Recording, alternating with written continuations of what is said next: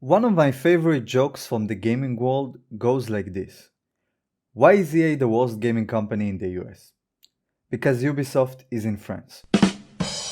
There's a clip online right now that is trending where you can see someone playing an older Assassin's Creed title on Xbox and opening the game's map, which is a menu that pauses the game.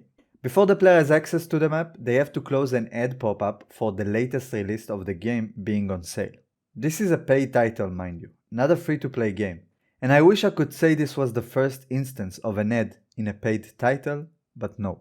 I've seen this before on games like NBA 2K, where you can get away with a lot more egregious and aggressive monetization schemes.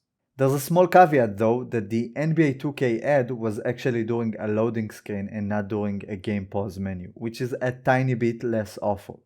There was a decent amount of pushback and Ubisoft was shortly trending on Twitter because of the clip, which made them release the following statement.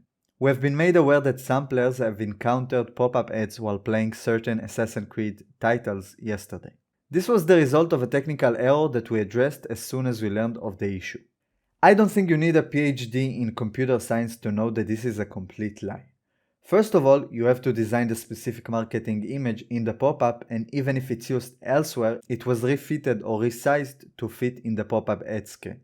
Second of all, the underlying functionality has to be in the game for the pop-up to appear.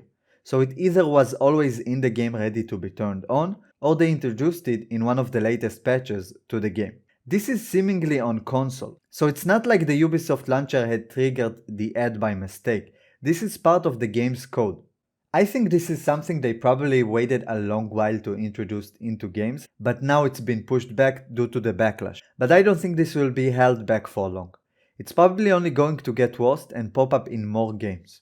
It's no secret that ads are becoming more aggressive and sites like YouTube are attempting to combat ad blockers.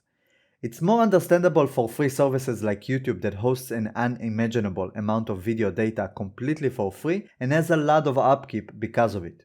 I can see why YouTube would want to serve more ads, but I can't see any justification for ads on a $70 single player title that's local to your machine. And if anything is being hosted or used online in a server, it's because of a DRM or an always online policy. We have a whole new generation that had grown up in an environment where high effort titles with no MTX like Baldur's Gate are the exception and not the rule.